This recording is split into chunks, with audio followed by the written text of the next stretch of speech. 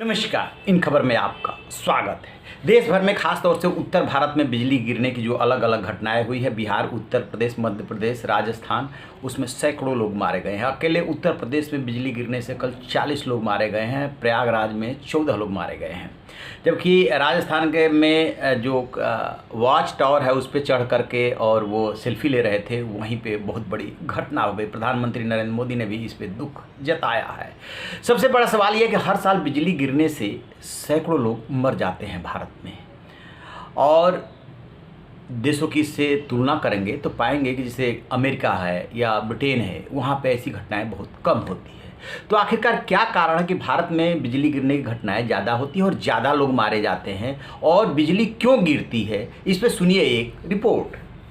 वैज्ञानिकों के मुताबिक इस वक्त अरब सागर और बंगाल की खाड़ी से मानसूनी हवाएं उत्तर की तरफ आ रही है। ट्रफ लाइन के दोनों तरफ बारिश हो रही है। जब दो तरफ से आ रही मानसूनी हवाएं आपस में टकराती हैं तो बिजली गिराने वाले काले बादल बनते हैं। आसमानी बिजली की गर्मी सूरज की सतह से कई गुना ज़्यादा होती है। चूँकि बिजली वायुमंडलीय दबाव की वजह से गिरती है, इसलिए उसका सही वक्त या जगह की भविष्यवाणी नहीं की जा सकती। शहरों में ऊँची इमारतों पर लाइटिंग कंडक्टर लगा होने की वजह से वो बिजली को खींचकर ज़मीन के नीचे पहुंचा देता है, लेकिन गाँव में ऐसा नहीं है। इसी वजह से ग्रामीण इलाकों में लोग ज़्यादा बिजली के चपेट में आ जाते हैं।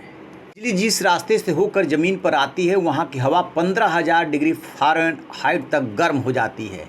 यह गर्मी सूरज की सतह की गर्मी से 10,000 फ़ारेनहाइट से ज़्यादा होती है।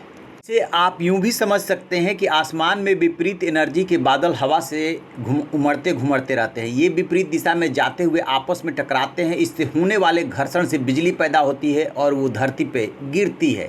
धरती पे पहुंचने के बाद बिजली को कंडक्टर की ज़रूरत होती है। लोहे के खंभों के अगल बगल से जब आकाशीय बिजली गुजरती है तो वो कंडक्टर का काम करता है। उस समय कोई व्यक्ति यदि उसके संपर्क में आता है तो उसकी जान चली जाती है। आसमानी बिजली का असर ह्यूमन बॉडी पर कई गुना ज़्यादा होता है। डीप बर्न होने से टिश्यू डैमेज हो जाते हैं, उनको आसानी से ठीक नहीं किया जा सकता।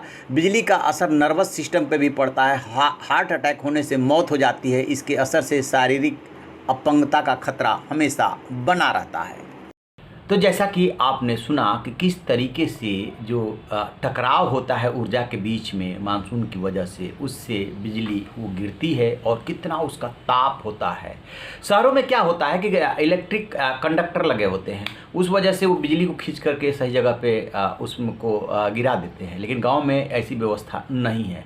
यदि उत्तर प्रदेश की बात करें, जहाँ पे से कि 40 लोगों के मरने की खबर आ रही है, तो वहाँ पे पाएंगे कि यदि 24 करोड़ के आसपास की आबादी है तो 18 करोड़ लोग गांव में ही रहते हैं। और बिजली के गिरने के साथ एक खास बात यह है कि मौसम के बारे में बताया जा सकता है कि बारिश होने वाली है, आंधी आने वाली है, ये सब बताया जा सकता है, लेकिन बिजली कब और कहाँ गिरेगी इसके बारे में नहीं बताया जा सकता। यही मौत का सबसे बड़ा कारण बनती है। तो जो अब इसमें क्या एहतियात बरता जा सकता है वो भी सुन लीजिए।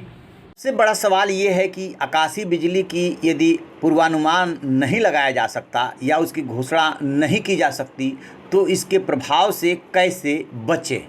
तो ग्रामीण इलाकों में जहाँ पे लोग घरों से बाहर रहते हैं, उन्हें खास ध्यान देने की ज़रूरत है कि नंगे पैर फर्श या ज़मीन पर ना खड़े हों। बिजली उपकरणों से दूर रहें। बिजली पैदा करने वाली चीज़ों से दूरी बनाकर, जैसे रेडिएटर, फ़ोन, धातु के पाइप, स्टोव आदि से दूरी बना कर रखें।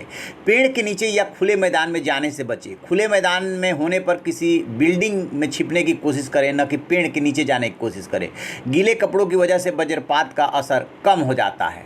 और यदि बात करें शहरी और अर्ध शहरी इलाकों की, तो वहाँ पे आंधी आते ही टीवी, रेडियो, कंप्यूटर सभी का पावर प्लग निकाल दें। इलेक्ट्रिक अप्लायंसेज को ऑफ कर देना चाहिए। इस दौरान मोबाइल यूज नहीं करना चाहिए। तो जैसा कि आपने सुना, तो इस आप कह सकते हैं प्राकृतिक जो भी घटनाक्रम है, इससे बचने के लिए सिर्फ एहतियात ही बरता जा सकता है और एहतियात बरतते हुए अपने को बचाया जा सकता है। बाकी चूँकि देश की आबादी इतनी ज़्यादा है और ज़्यादा आबादी गांव में रहती है, खेतों में निकलती है, बारिश में भी निकलती है, पेड़ों के नीचे जाती है, उसे यही समझ में नहीं आता है कि जब बारिश हो रही हो, हवाएं चल रही हो, तो कहाँ जाना चाहिए और जाए भी तो कहाँ जाए। ये सबसे बड़ा संकट है। तो आप रहिए ना बेखबर, देखते रहिए इन खबर। Thank you. इन खबर चैनल को सब्सक्राइब करें।